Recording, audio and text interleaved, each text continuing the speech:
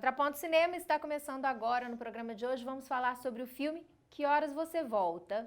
Vamos conferir o trailer.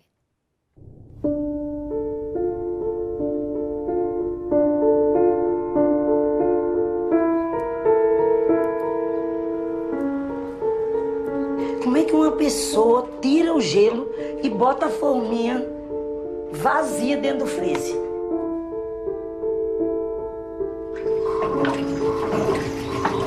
Janela, janelinha, porta, campainha, pé. Já sou um moço grande, para lá. Na Barba, Jéssica, minha filha, tá querendo vir pra São Paulo pra ficar comigo. Mentira! Que bom, Val! Que ótimo, né?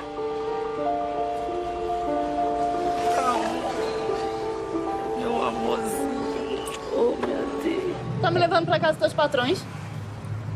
Eu moro no serviço, já falei, moro no serviço. Pra você. Ah, meu Deus do céu. Bem-vinda. Sua mãe disse que você veio fazer vestibular, é isso? É. Pra que você vai fazer? Tem um quê meio modernista a casa, né? Mas sem ser exatamente assim. Nossa, filha inteligente, hein, Val?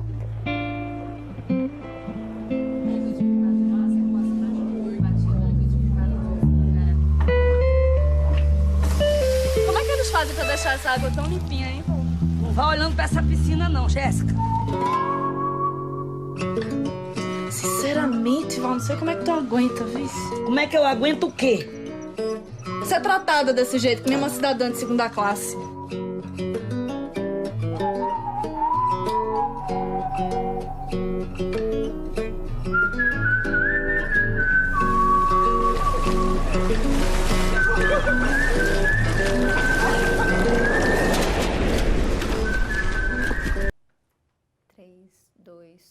Continuando.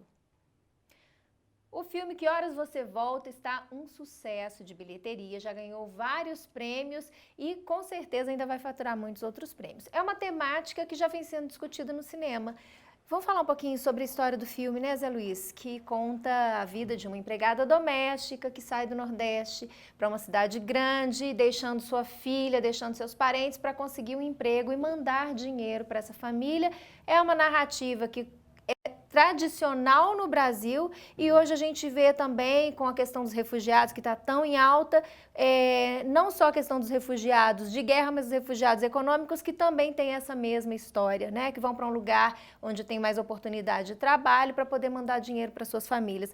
Essa é uma história batida, mas atual, né, Zé Luiz? Eu acho que muito atual, porque ela é um retrato de uma cultura, né? Dessa cultura brasileira, não que, obviamente, em outras culturas a gente tem essas relações subalternidade, essas coisas classificatórias, né? Classificar as pessoas em castas mesmo, né? Como se fossem pessoas de qualidade diferente, com necessidades distintas, etc.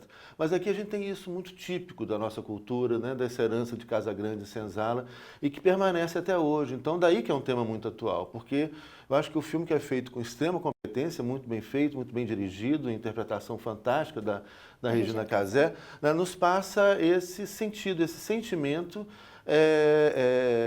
de indignação diante dessa classificação de pessoas como se fossem pessoas de qualidades diferentes, de castas diferentes mesmo.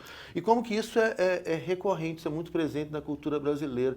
Talvez isso é uma coisa que vale a pena o telespectador, né, depois pesquisar aí na internet e tudo, seja um dos poucos países do mundo onde os projetos arquitetônicos, né, dos prédios, dos apartamentos, né, dos prédios e apartamentos recentes, mantém ainda essa estrutura de Casa Grande e Senzala, né? Você tem lá os quartos da família e etc. Depois você tem a cozinha, a área e junto com os objetos da área, máquina de lavar e etc., mora uma pessoa para trabalhar para essa família.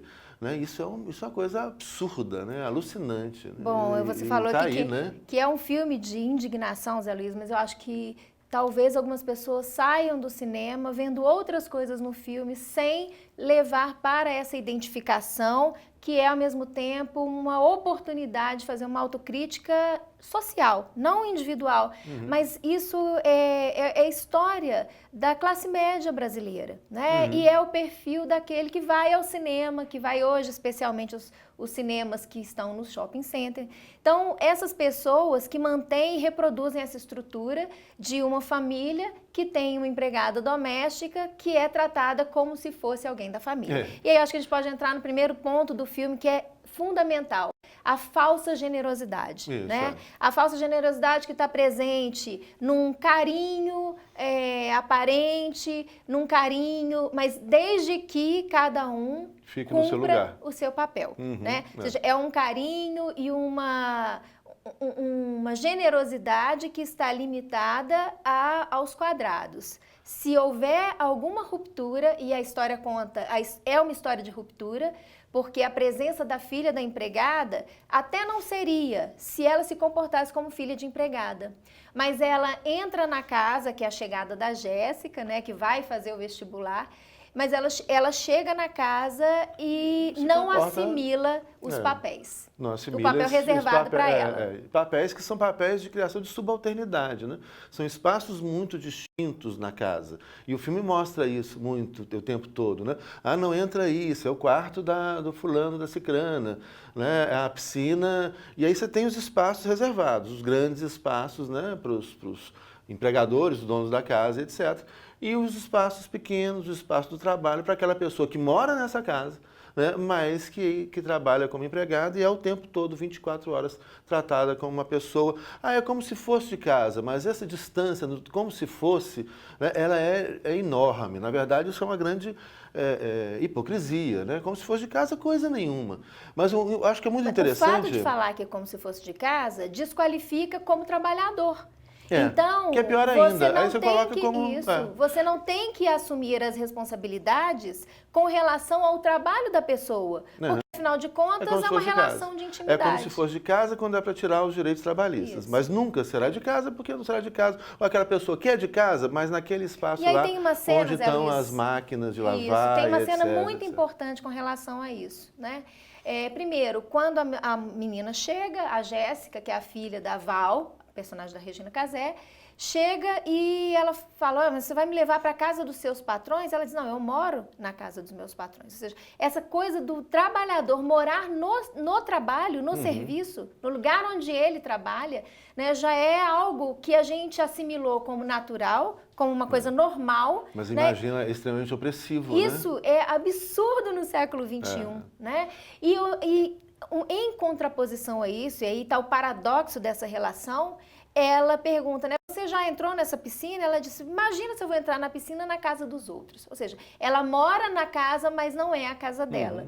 Né? E aí tem um episódio com a piscina que eu queria que você contasse, mas antes eu lembrei de uma coisa aqui, enquanto você comentava, que na regulamentação dos direitos trabalhistas dos empregados domésticos, das pessoas que exercem essa função, né, um dos argumentos que surgiu e que foi defendido por deputados, por juristas, né, outro dia eu li um texto de um jurista falando que não é a mesma coisa, não é uma relação de emprego, porque esse argumento é uma pessoa que está dentro da casa da gente, é como se fosse da família, existe uma relação de afetividade, então não há uma relação de trabalho. Que loucura, né? Isso é coisa assim, é como que nos acompanha ainda em pleno século XXI. Seria bom se isso fosse verdade. No entanto, isso é um discurso, não tem como é uma ser verdade nessa claro, relação. É uma narrativa que justifica a exploração.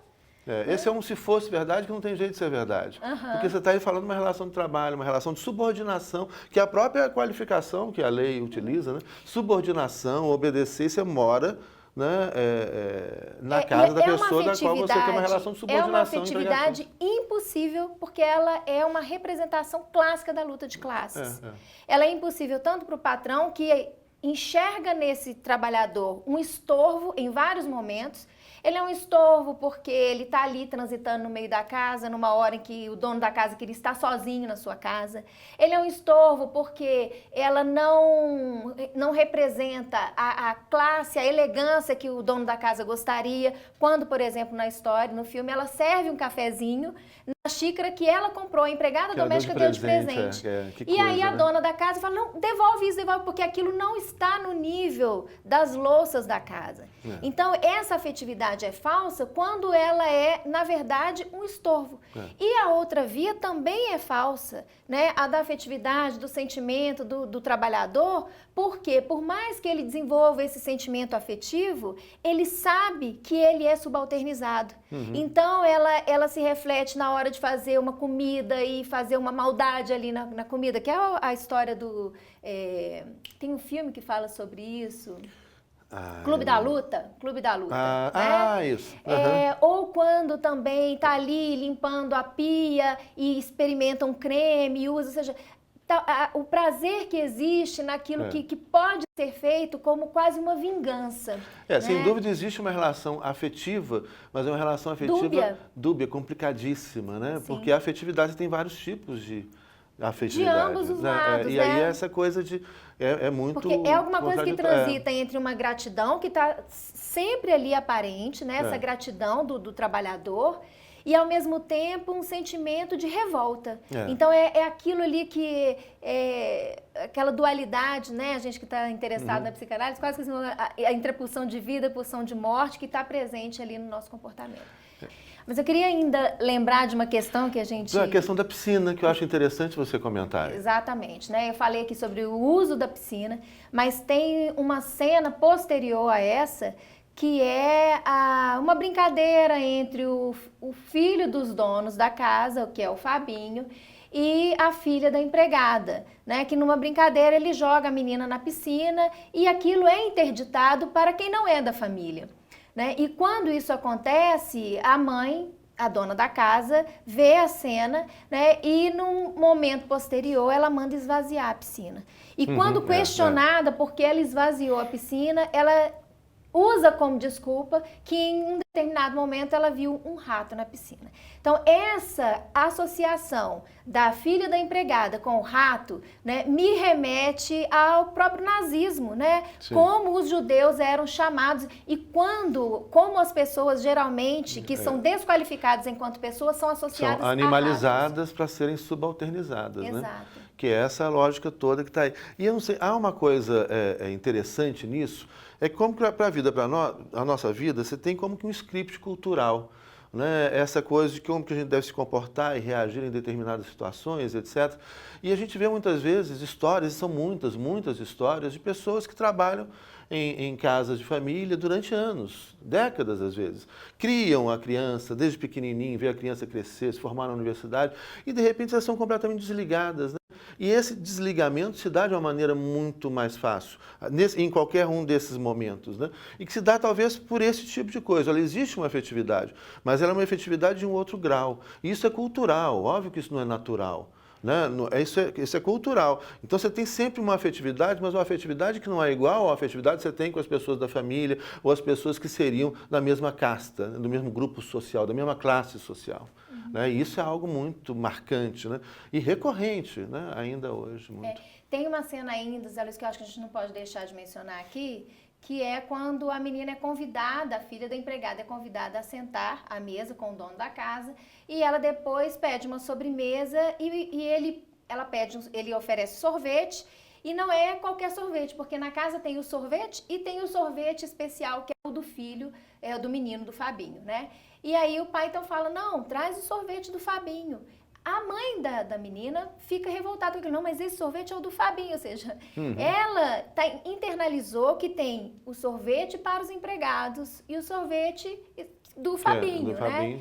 Mas para mim a coisa mais interessante vem depois, que é quando ela adverte a filha sobre esse fato e ela diz, olha, este sorvete, entenda isso, esse sorvete é do Fabinho. Ele fala, mas ele me ofereceu? Ela diz, ele te ofereceu porque ele sabia que você não ia aceitar. Ou seja, ela deu a resposta errada. Porque para isso na verdade, né, é a falsa generosidade, só existiu a oferta porque sabia que a resposta era não, obrigado. Né? No entanto, ela deu a resposta errada. roteiro que eu mencionava antes, como você tem, a gente desempenha papéis, né? Esses papéis têm roteiros, têm falas próprias. E se você rompe essa fala, se você dá a resposta errada, fala, opa, não era bem essa resposta que você tinha que dar, e você acaba ignorando aquela resposta, né? Que foi a resposta correta diante daquele roteiro estabelecido. Bom, eu resumo esse filme, Que Horas Ela Volta, como um soco no estômago.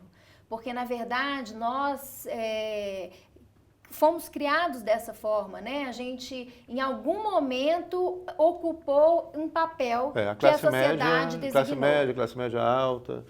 Nós todos, na verdade, porque tanto aqueles que ocuparam o papel do empregado doméstico, quanto aqueles que ocuparam o lugar do patrão e que tem neste empregado doméstico uma nova versão do escravo. E continuam desempenhando esse roteiro ultrapassado, né, que precisa ser aposentado, esse tipo de coisa, né, dessa sociedade de castas, né, de subalternidades, né, de categorias distintas de pessoas. Que é absurdo no século XXI. Para o século XXI isso é inadmissível. Está aí a pleno vapor. Bom, eu acho que se você entender o filme, vai sair do cinema com a sensação de soco no estômago e tomara que isso aconteça. Tenha certeza que é um bom sinal.